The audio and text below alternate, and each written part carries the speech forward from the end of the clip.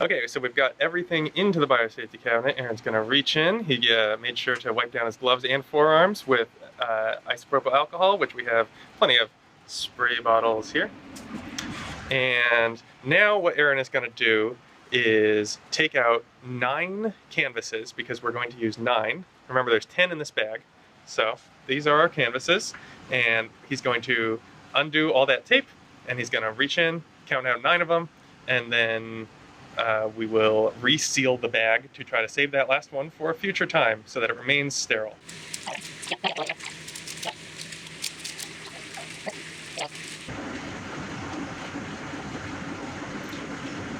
Easiest thing to do in this case is usually count those little notches, just like Aaron is doing. So now Aaron is just gonna slide that last one back in, and we'll just kind of set that aside, roll it up as much as possible, and we will retape that in a minute.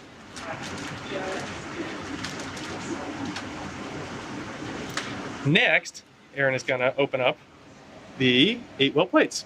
And he's only gonna take one out this time because we only really need one to do our work. So we'll do that. So now Aaron is just gonna reseal that. Easiest thing to do is, fold over as neatly as possible, because then it makes it a little more easy to seal up, because what you want is to get no more air into this bag. A lot of times the tape that that was on it is no longer enough because you messed it all up, so you might have to add a little more tape. Luckily, we brought some tape.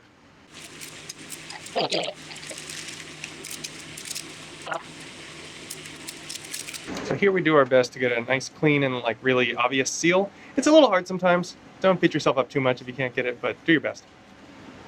There we are. So we've done that. We've got all our plates here. All that's left is we have to take 5 mils from each of these flasks and set them into this 8-well plate.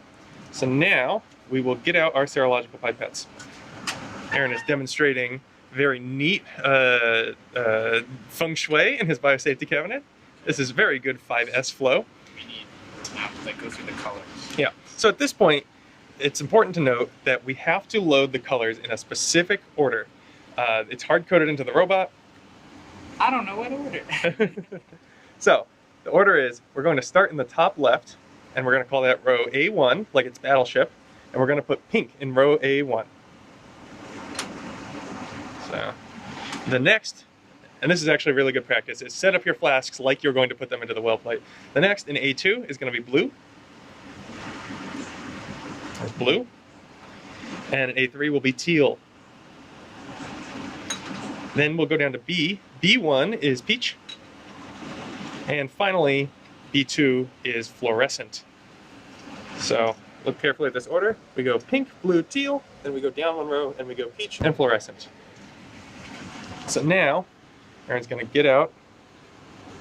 You just peel back the top of the pipette container, and then you just jam the pipette onto the tip. And you slide it right out. Then we'll take off the lid of the pink, we can do it in either order.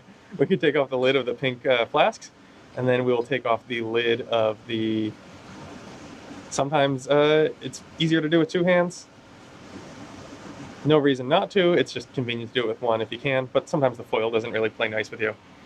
So off comes the pink, and then he's gonna pull out, coming around the other side here, pull out 5 milliliters.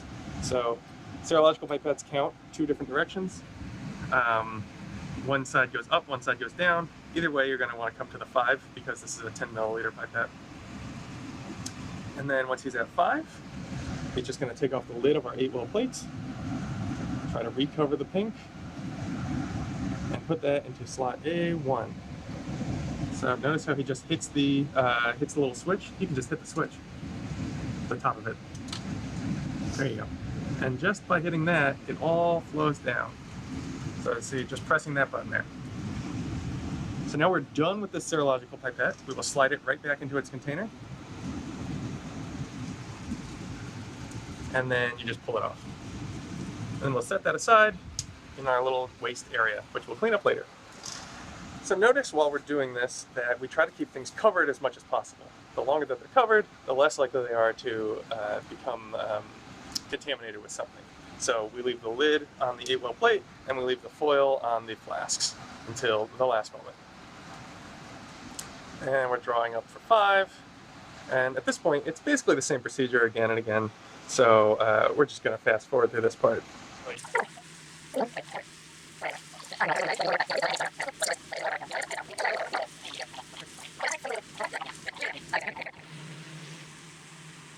Okay, now that we've got our last bit of liquid culture loaded, we're pretty much set to bring stuff over to the robot. First, we're going to do a little bit of cleanup here. We just have to remove some of this garbage. We got to put these flasks back into the incubator. And finally, we need to label the containers we opened, saying that we opened them on this day in the hood. So we will do that and be right back with you.